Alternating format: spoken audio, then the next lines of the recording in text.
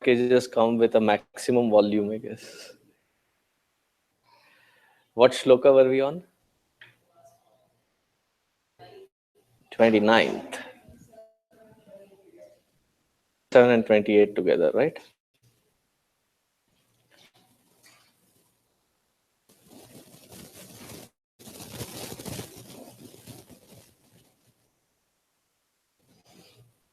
Repeat after me. Bhoktaram yajna tapasam lokamaheshwaram suhridam sarvabhutanam ज्ञात्वा मां शान्तिमृच्छति.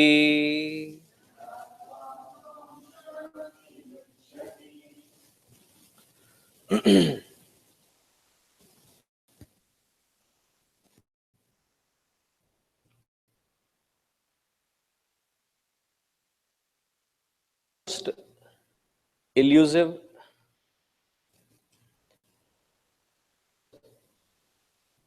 time consuming of our life is what exactly is the purpose of my life. We are born. Do we have a choice of being born or not? I don't think we have a choice. Right when we are in the womb or just before getting, I said, nah, I don't think I want to. No, none of us have that ability to stop or choose where to be born in. Was anybody born with that kind of a choice? Whatsoever. After having been born, intense question.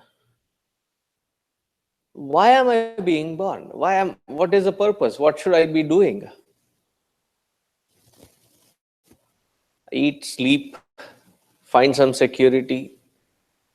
Is done. What's beyond that? Is there something that we need to find? Is there a necessity?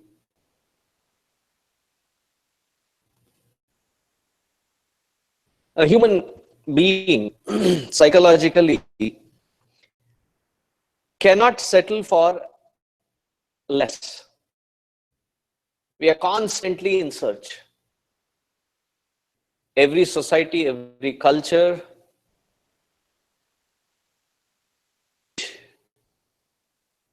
in the past, in the present, we constantly see everyone striving forth. What is the purpose? Why am I doing what I'm doing? In a very grand scheme of things, from a totalitarian perspective, does it really matter what I do or what I don't?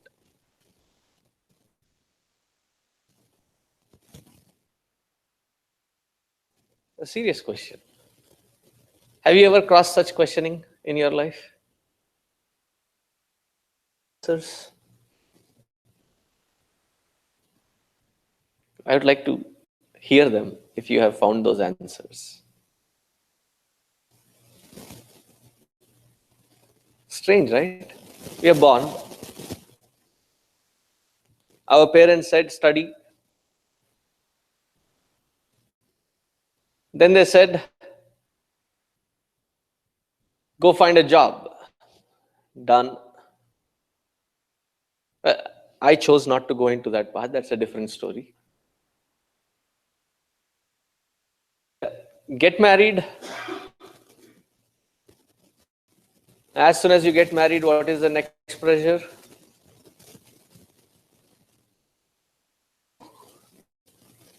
Have children. Provide for them. old, tata, bye bye.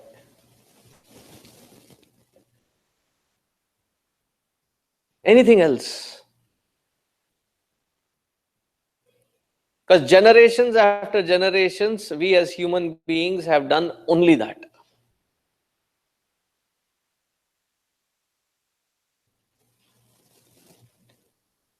Though in the field of science,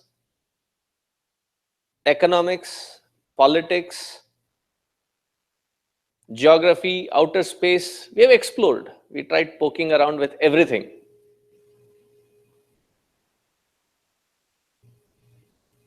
And our own understanding is that at the end of it, we are ridden with more questions than answers. Is there anything that we as human beings have not poked around with? Creatures. So, what is the purpose of life?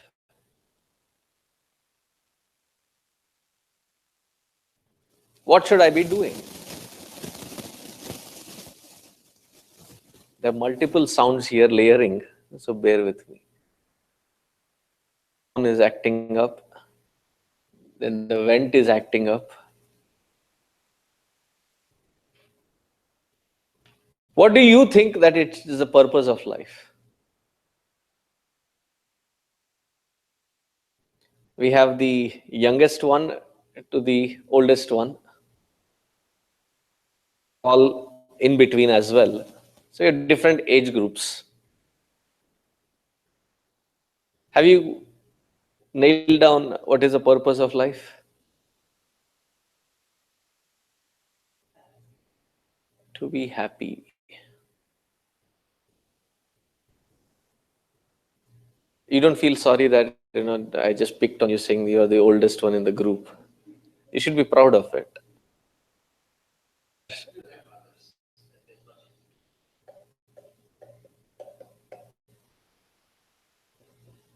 To help others as much as you can.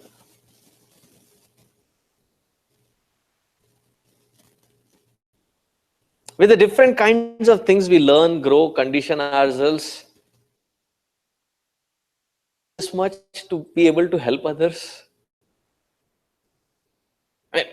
In a very broad sense, supposed to do as humanity, what is the purpose? Why are we born?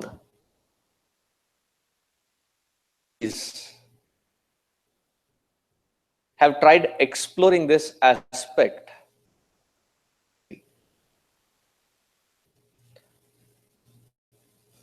If you look into the basics of various fields, Bhugola, Rasayana Shastra, Artha Shastra, the main one who has contributed mostly to it, he started exploring that particular field and trying to find what exactly is the purpose of life. Would justify it being the purpose of life. Literature is filled with the answers for various kinds of mindsets to fine-tune to understand this.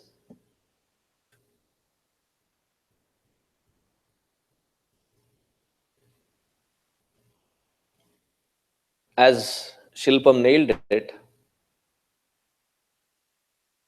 seeking, searching one common thing all across our lives. A child who is still in the crib. Is that how the word comes, cribbing? They do while they are in the crib.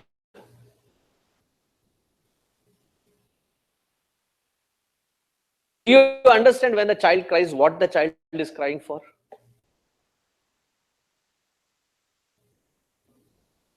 There's some discomfort, some kind of a things come with a loud voice. wireless on. Wah.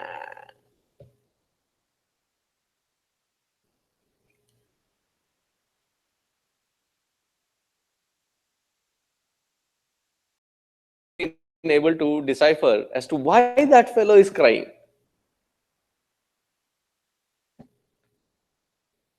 Last time in Frisco, last week, in kindergarten, sitting right in front of me, suddenly started bawling out, like sobbing really hard. Come here. I said, no. So I scooted next to her. I said, what happened? I need my mommy. I said, I have to search for her, but what happened? Can I help?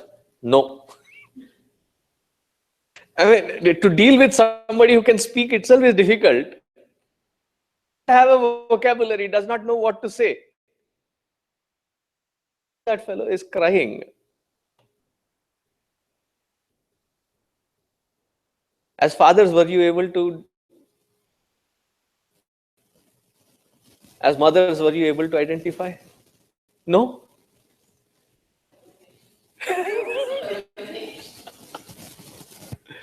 Process of elimination. You can identify almost all times, but not always. Elimination process.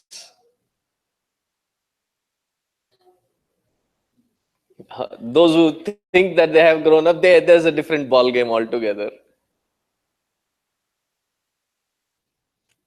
They have vocabulary, but they'll not say it. I say, you figure out. But you figure out why I'm angry with you. Various kinds. From that age, leg of our life, we are constantly seeking one thing.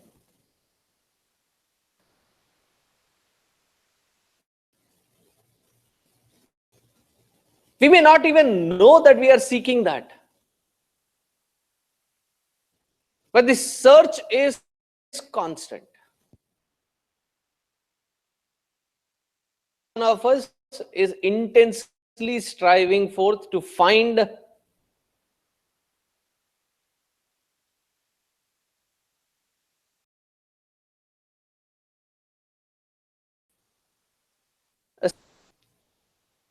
everybody is sitting as though you are the very Buddha incarnation. I guess you're thinking along with me.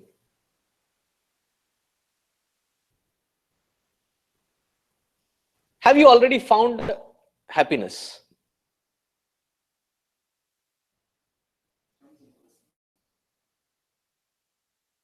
Shot or what?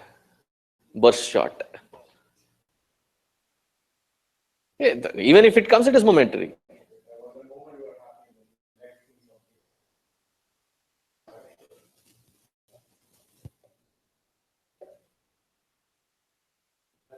So my question is something different.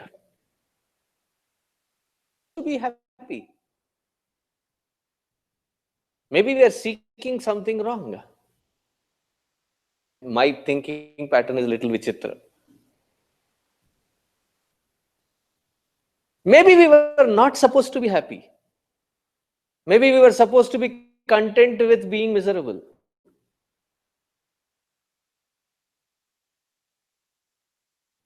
Can we stay in a constant state of misery all through our life?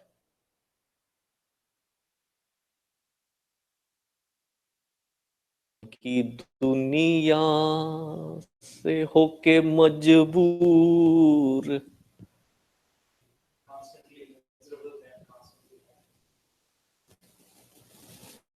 And that too effortlessly. A lot easier to be miserable constantly because it is effortless. So eluding that, we keep searching for it and it almost seems to be in grip and it is gone. Are we supposed to be searching and seeking out happiness, contentment, satisfaction?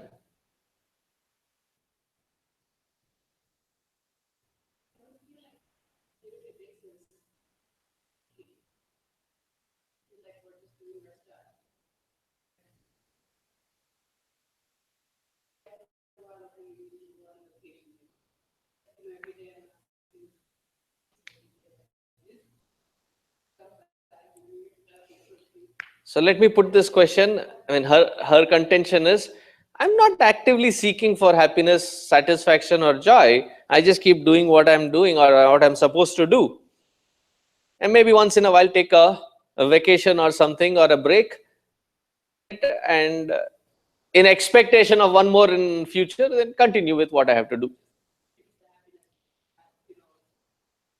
Ask, let me ask it in a different way. Anybody, for that matter, have we ever consciously worked towards being miserable?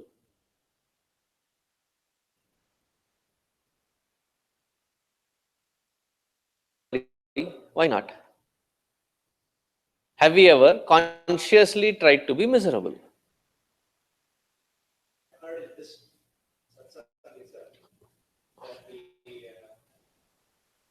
So you are blaming me.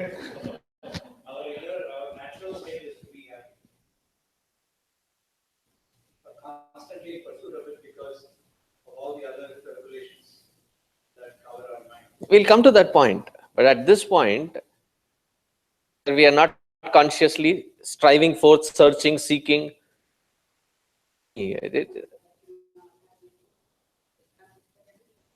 What day to day. I get it. So I'm trying to put the whole thing with a different prism, different way to look at it. Consciously ever tried to be miserable?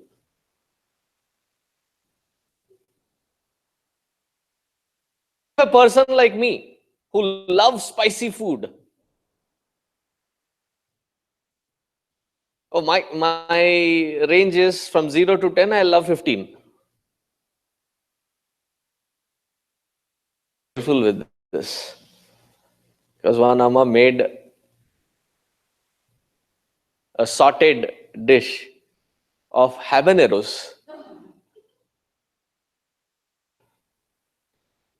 as an appetizer, and this was in Fort Worth.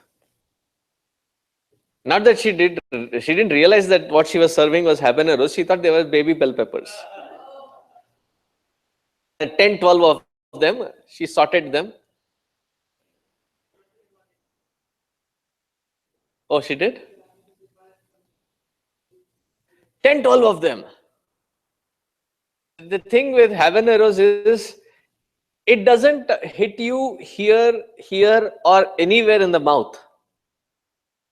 And if your spice threshold is really high, you can handle it. Starts once it hits the pit of your stomach. My ears started burning, my nose started burning, my eyes started burning. Turn around and do, and there will be like fire coming out. So intensely burning that I've never cancelled my satsangs. Here to Fort Worth to deliver a satsang, and that day I got onto the stage. I could not open my eyes because they were like tearing up. Something was burning and I couldn't identify what. Daughter called their mom out and I said, "Which plant did you pick? It was from their own garden. You pick this sautéed bell peppers from? Those are habaneros." I had to cancel the whole thing. Eat spicy food, they eat it in anticipation of some joy.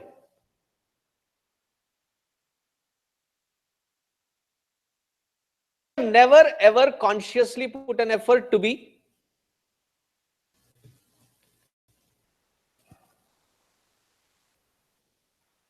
To answer your question, though I'm not pursuing or searching or seeking consciously happiness, joy, and contentment, but I'm not in search for misery. From my previous experiences, that this particular experience, this particular direction, when I put an effort, it is going to give me misery. Avoid it. Don't I?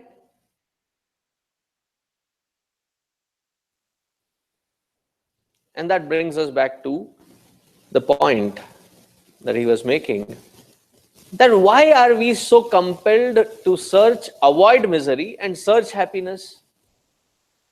Whether it is through children, whether it is through spouse, whether it is through the living space, vacation or an outing or a restaurant, why do we seek for it?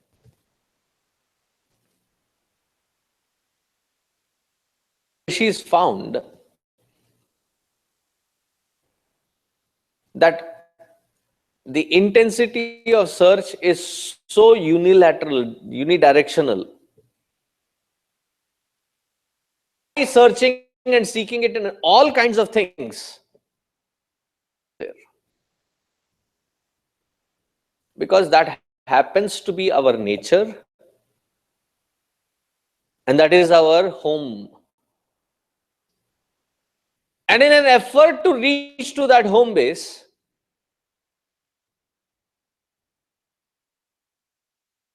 in search. This happened to me in Bombay. See, growing up, I never have gone through school bus. I've never gone through a drop-up, pick-up kind of a system. I'm sure many of you growing up in India had the same kind. And I remember, like almost from had to catch a bus, a public transport, and we had moved. And my dad had a movable job, preferable one. So we moved to Bombay. The first 6 months we lived in Kolaba. Particular apartment or housing thing, every building looked like the other building. I come back from school, is mine, 4th grade.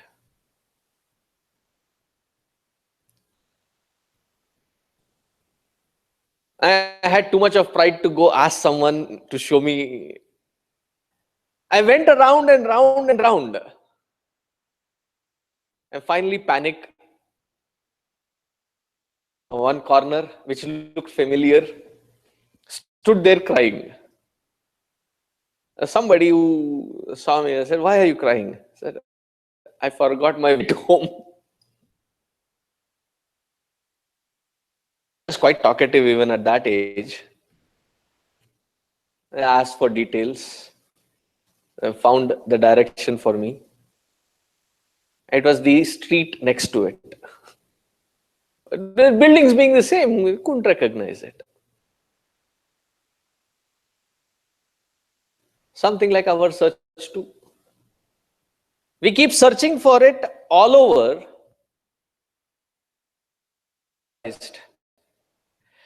Try to be happy with what you have. Frustrating statement. I'm not content with it. How do you expect me to be happy with what I have?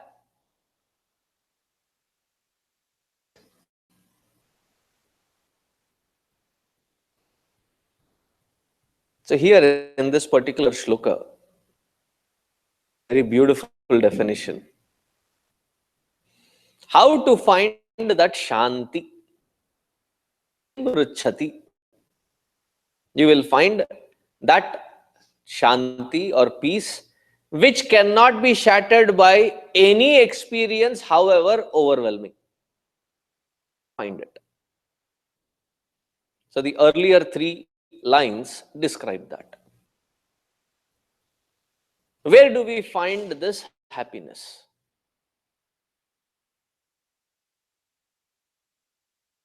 So this is in continuation with the earlier 2 shlokas. If you take these without the earlier 2 shlokas, then it will completely be disjoint. 2 shlokas meaning the crux of it. He says that when you withdraw yourself from the outside stimulus, mind, and direct your mind inward. Always, as soon as I open my eyes, I wake up, it goes outwardly. I pause that mind, turn the direction Is it inward?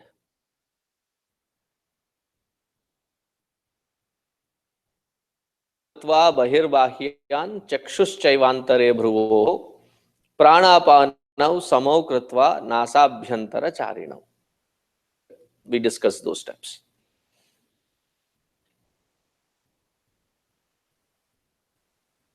As we keep transcending one after the other these layers from gross to subtle, there is a sense of freedom experienced. You have been carrying a load for a while, anywhere down. And the moment you found, the first opportunity that you found that you could put your burden away, how do you feel? Relieved of it. These layers are removed or disidentified from. We are disconnected. We still are the body, mind, intellect functioning through it. The purification aspect of it is dropped. Meditation.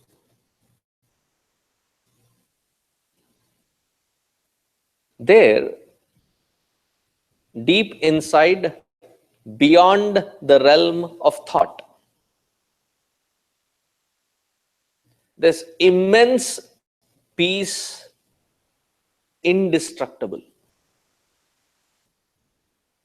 And where is that peace?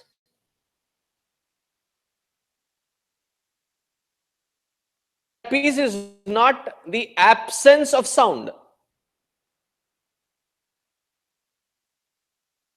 That peace which is being discussed is something which is sound.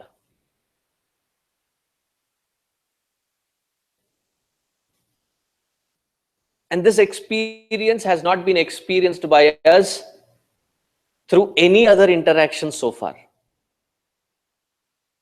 Intellect is really trying to grasp this concept so that you can invest in it.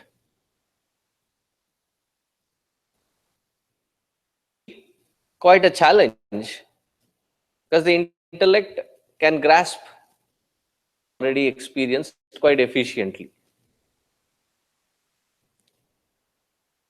Entire mind process, there are only two processes. I am thinking, somewhere down the lane during the day I get tired of thinking and the mind magic, and you drop into sleep. And you sleep and continue to sleep. Even that becomes too much of it. And the mind starts churning its thoughts again. Full state and an unthoughtful state. These are the two things that we have been swinging in and out of. Experienced or trained ourselves to be in a state wherein take and yet not spinning thoughts.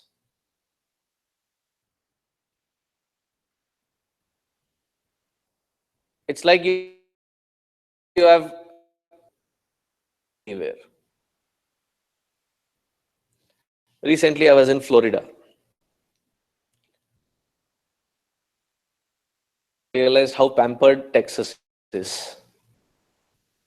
Your neighborhood roads, how wide are they? 2 lanes up, 2 lanes down, right? They call it a national highway, and it is one road up, one road down, without a central barrier. National highway, this fellow pauses. The person living in that house, hey Jimmy, how are you? And they're like 5-6 cars backed up, and the fellow is talking over.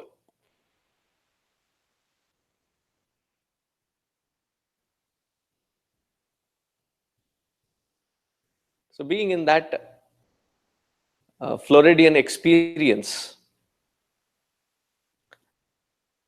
I realized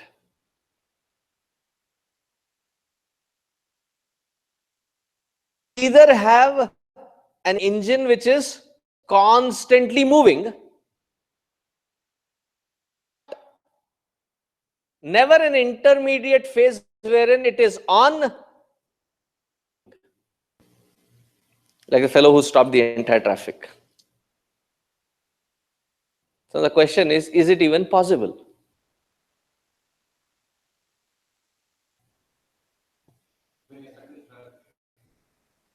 Talking about the car now. I'm talking about, is it even possible? Alert, and yet there is no unperturbing thought flow happening. Experienced it ever? There are so many such experiences that you have experienced, but don't realize that that is what it is. Things. I'll just list them out. When you go through a phase of shock, I'm talking as a shock of an experience, where the mind is stunned. Your own child standing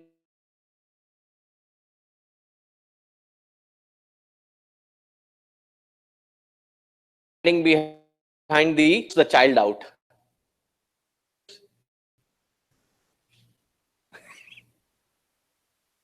And comes out with that different costume, and the child is like stunned. It doesn't even realize that he can, shout to you that you are shocked by an unexpected corner. Somebody just jumps out and is boo. At that particular moment, moving. It's only after that shock that you start churning different kinds of thoughts. But at that moment, is there a thought moving?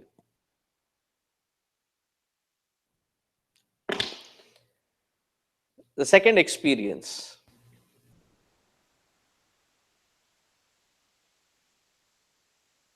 Take shower. What kind of water do you use? Warm or cold? Suddenly somebody throwing cold water on you.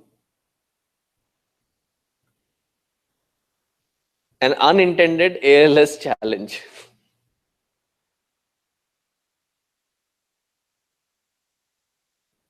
Have you ever tried it? Cold water suddenly poured on you. At that moment when the cold water hits, water is dripping, you don't even breathe in. You clean it up and then at that moment, you may react afterwards, but at that specific moment,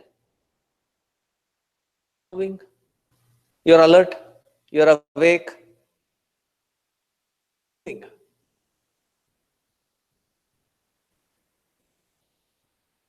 Has anybody ever here won a lottery?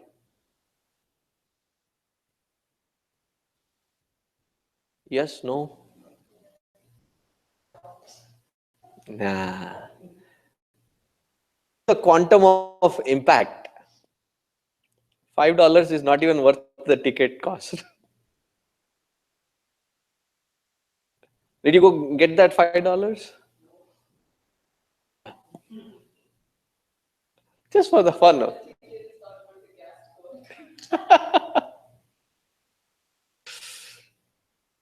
Imagine if you won a lottery, or say couple of million. Even better, couple of 100 million is delivered to you.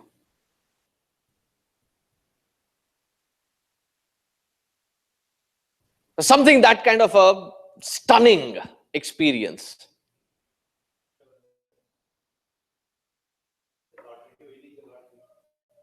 I have not. I have not seen it. Movie out of it, Kill the Irish fellow. So, That he won the lottery. oh. So the entire village actually tries to posing as him. I'll say a stunning experience that all from the local PD saying that open your door, we are outside your door, standing in front of your door. It's a double whammy, but shocked that it's a president and that to this president. I mean, something of that kind of a stupendous nature. And mind doesn't react. I mean, for a time, it takes it to settle in.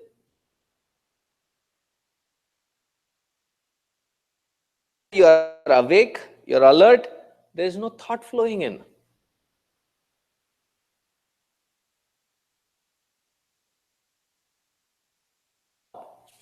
You wake up one day, it happens very unusually. You wake up one day, very fresh, very rejuvenated, pressing in as a responsibility to be fulfilled.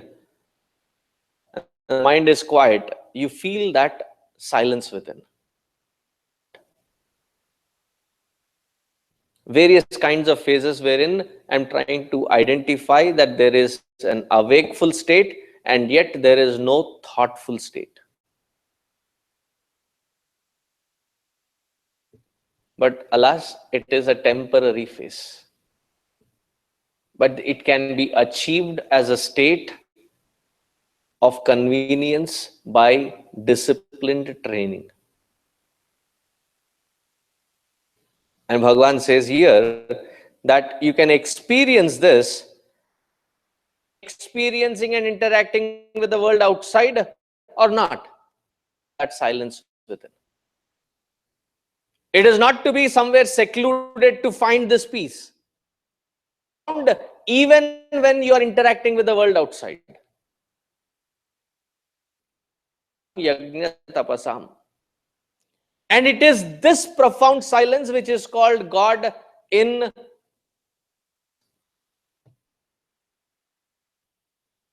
So where is God?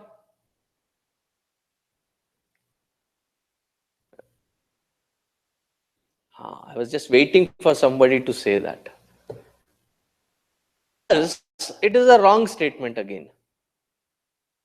Because if I can accommodate God, bigger than God, here, that it is He whose presence makes this body, mind and intellect, that is called God. One who is Suhridam Sarva Bhutanam. Every aspect of conscious existence, spark of life alone, which is enlivening everything. And once you experience it within, experiencing it without as well.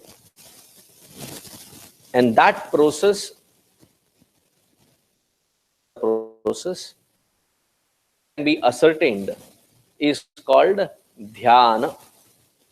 Dhyana, meditation. Meditation is not a doing, it is not a process, it is not an activity. It is a state of being self.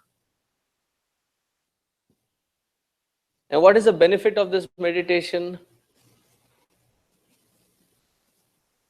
That which we are seeking, searching, right within. Usually the Murphy's law is automatically start searching for something which is very essential, whatever experience. You don't remember where you kept it. Search. You start getting or discovering which you thought you had lost. I'm sure it has happened many times. You keep searching and say, oh, it was here. And you start identifying things, never find it. One method wherein that which we have been seeking, that which we have been searching, experienced here in this very life. So these three shlokas as the for the sixth chapter. And the sixth chapter is called the Yoga or the Dhyana Yoga.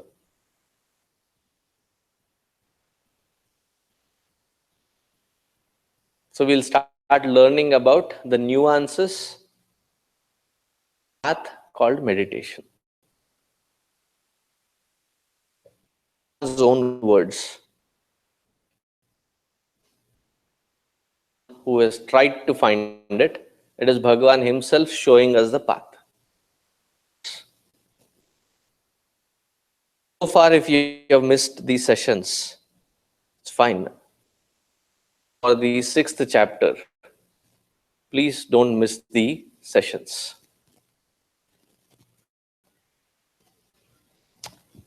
Any questions so far?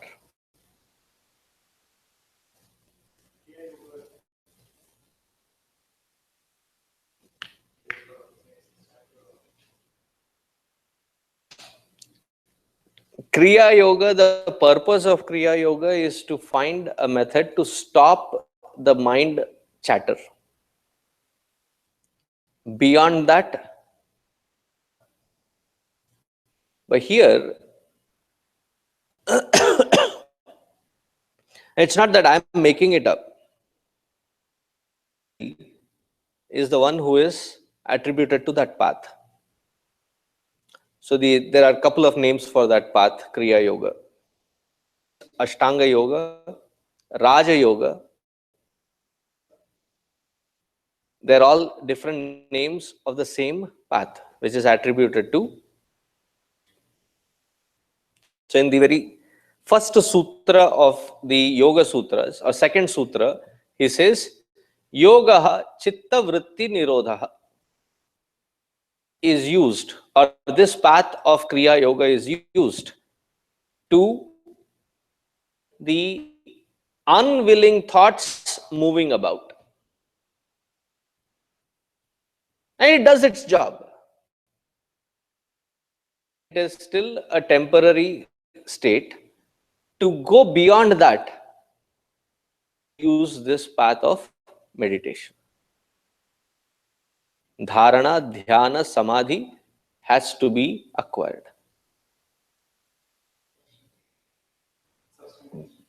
Yes, ask.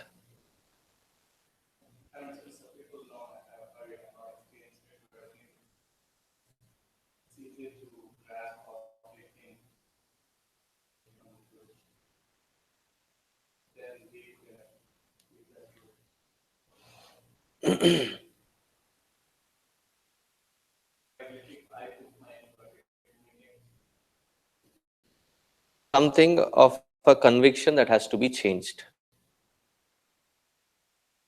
This here is not about a process. We have been putting a lot of efforts in different directions. Effort. What is it that we are trying to find? Find my true nature, which has been forgotten. So that which is forgotten has to be recognized. The process is called jnana. So initially we can use the processes of the Raja Yoga, but finally then you have to use the jnana to identify and abide in it. The path that you take, you have to come finally to this. You cannot avoid it.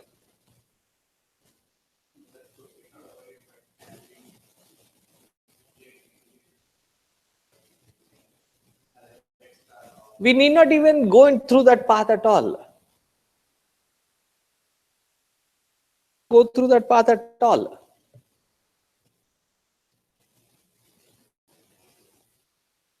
Clear your question? Okay, good. Yes, sir.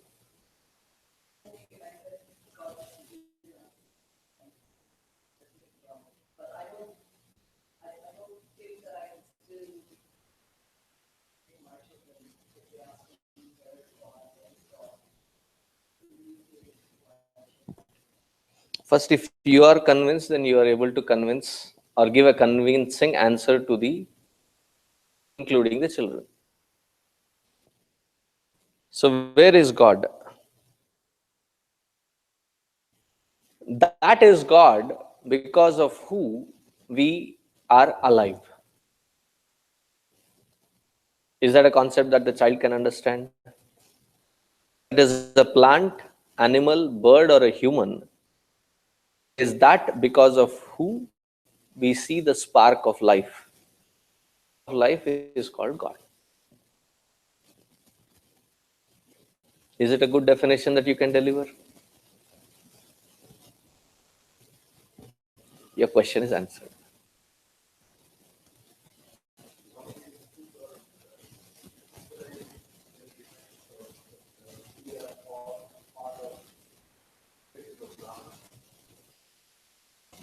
Perspective of what? Brahman. Uh-huh.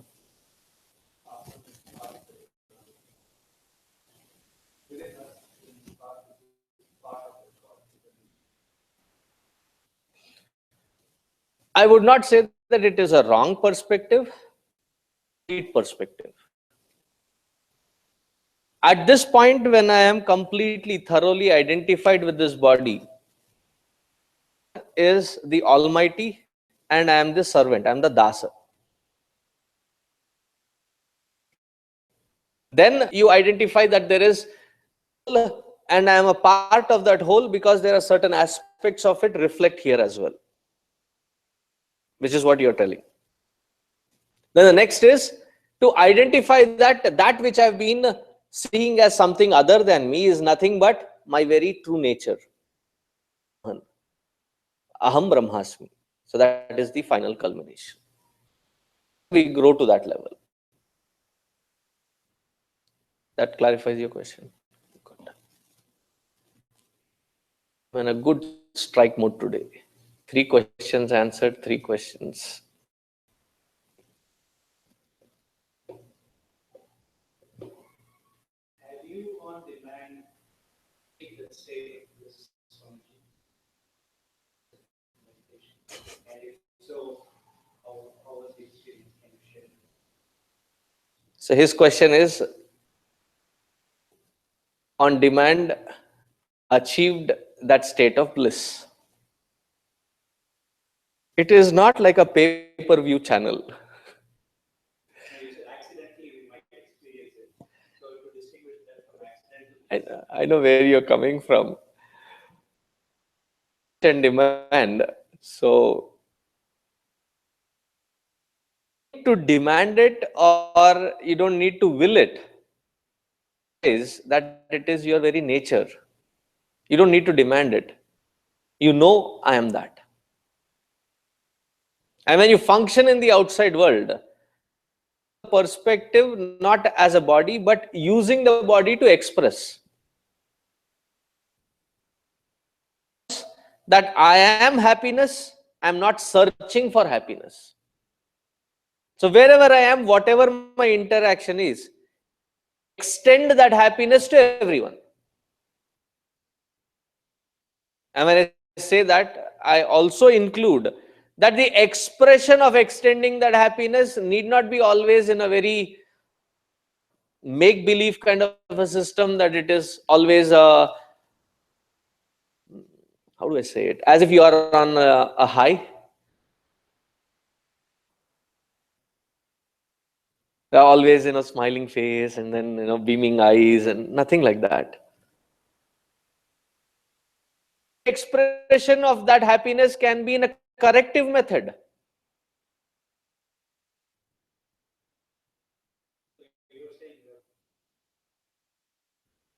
It is not something that is not achievable. You can achieve it as well.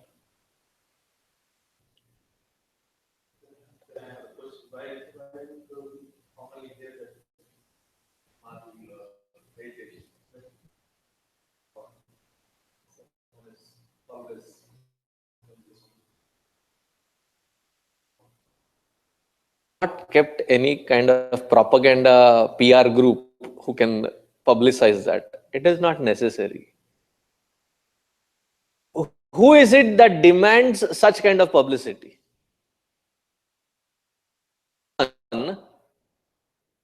Who is asking for such an expression of demand? As soon as there is someone demanding, it is someone else demanding that. There is a superiority and inferiority differentiation created. Differentiation can happen only when there is an ego. So a person who has realized never goes around jumping around saying that, oh, I found it. I once asked a Mahatma, how would you put it? He said, it's the most humbling feeling, he said. They gave the example that your glasses were always on your nose. Searching for it all over the place. Your kid comes and said, Baba, what are you searching for? I said, it is right on your nose. I said, it was right on your nose. Achievement, or do you feel it as a humbling experience?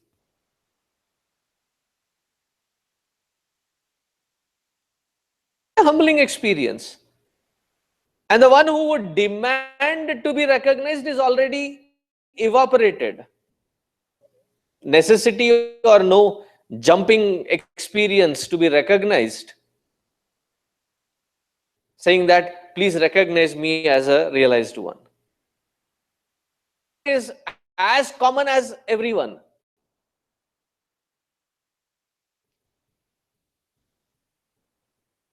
Like when Gurudev, when somebody said, Swamiji, you are extraordinary.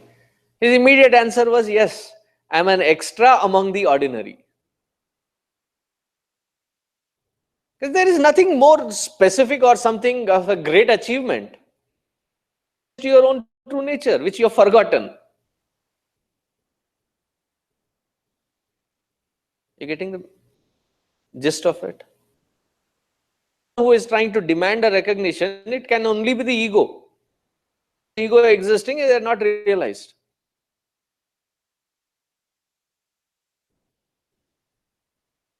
My question was a bit different. My question was about, but I got this from what you're saying. My question was, why would someone who meditate in that case? It is a practice. Yes, you have to meditate to abide in it. But it's a step wherein you have to now, it extends beyond the seat of meditation, limited by that time and space.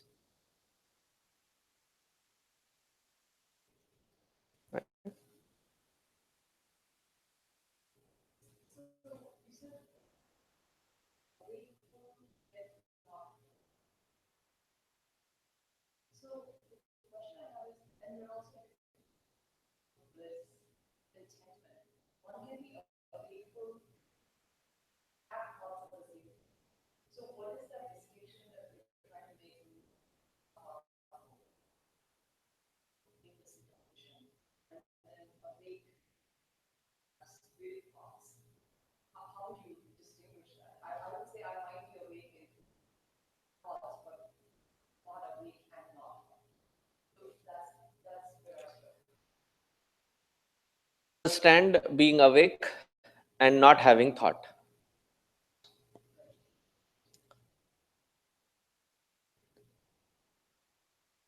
Thought is a movement. Thoughts are moving. They're movements. And thought, essential nature of ingredient of how that thought is, what that thought is made of, layer of matter. And the moment I say it is matter, it comes with its inertness. I, that who is conscious, is not inert. Transcend the thoughts as well. And the only phase that we know how to transcend the thought is in deep sleep. I am not conscious. So that experience that I have in deep sleep, replicate it while I'm being awake.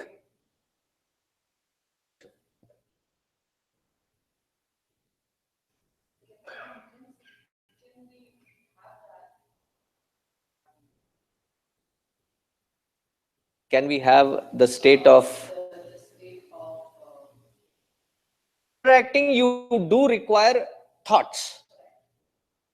Like, can the computer work with an OS, without an OS? It has to have an OS to work with, to interact with.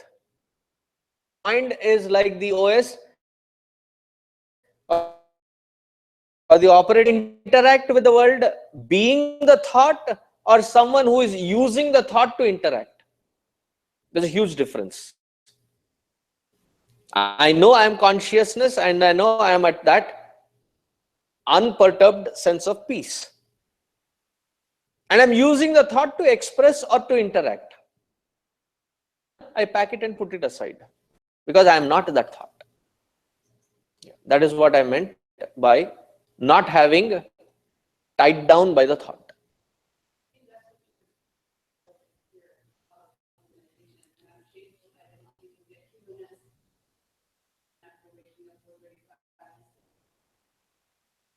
Don't be ashamed. Find that 2 minutes to sit down. Yes. So that consistency in the effort is the key. Find yourself, carve yourself some time in your life wherein you can sit and find that peace. No, it is not. It is not the quantity, it is the quality of experience that matters.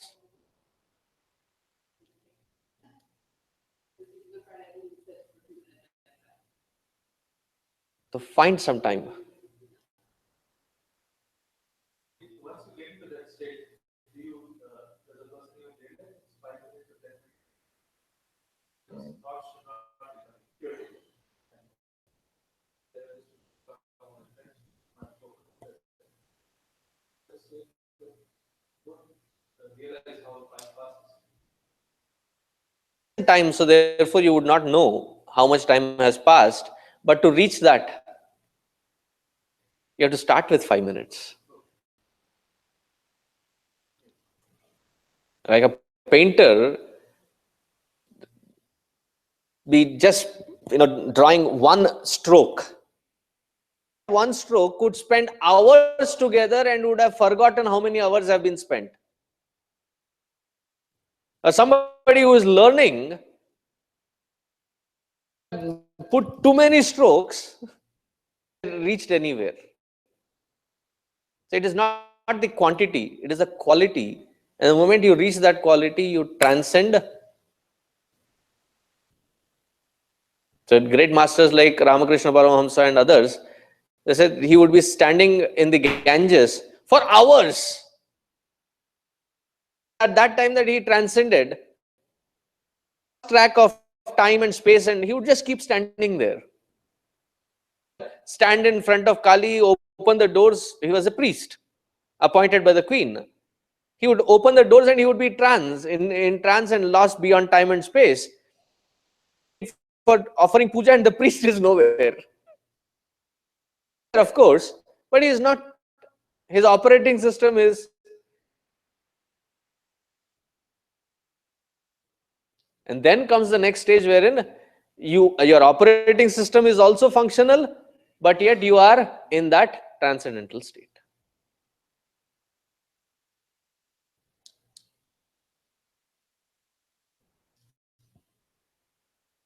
Okay, let us wind up here. The 6th chapter is done. So repeat after me the last line in this chapter, which marks the end of this chapter.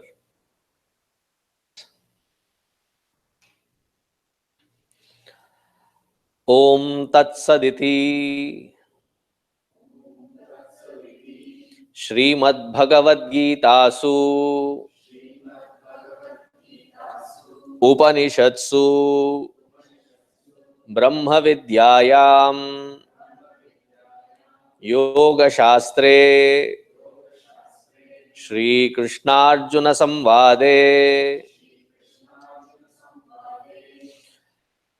Asayogo Nama.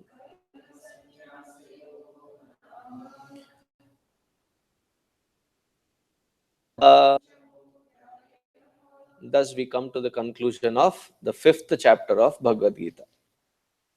Next session, we will start with the 6th chapter. For next 2 weeks or 3 weeks, I'm not here. I'll be traveling to Toronto, then to Trinidad, and then back. And then we have teachers training, 29th and 30th. So in May, we will meet again. And May we start in May, the meditation class. शांति शांति शांति हरि ओम श्री गुरुभ्यो नमः हरि ओम.